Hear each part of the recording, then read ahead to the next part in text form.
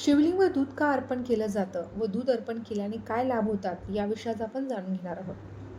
शिवपुराणामधील विद्येश्वर संहितामध्ये सांगितले की शिवलिंग हे सृष्टीचं अग्निशक्ती आहे.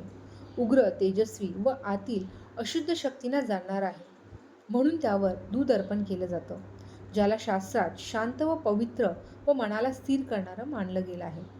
पुराणामध्ये सांगितले, दुधाचा अभिषेक पापक्षमन करतं व मनाची अशुद्धी दूर करतं. म्हणजे दूध शिवलिंगवर पडतं, पण बदल हे आपल्या मनामध्ये होत असतात.